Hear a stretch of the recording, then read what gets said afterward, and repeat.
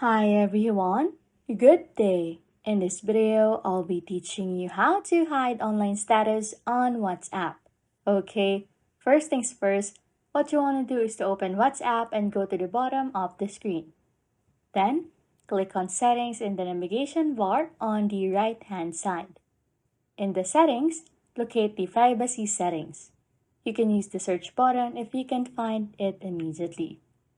Click on Last Seen Online Settings, which should be right at the top for most users. Now, let's go through the different settings where you can change to achieve more privacy. Who can see my last seen? This setting determines who can see the exact time when you were last active on WhatsApp.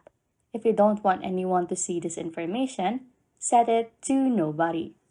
Who can see when I'm online? This setting controls whether your online status, displayed as online when you are in a conversation, is visible to others. To hide your online status, set this option to nobody again, similar to the last seen setting. Anyways, if you like content like this, don't forget to subscribe to this channel or comment down below any tutorials you want us to make, so we can help you. And that's it. You can now hide online status on WhatsApp. Thanks for watching and happy scrolling.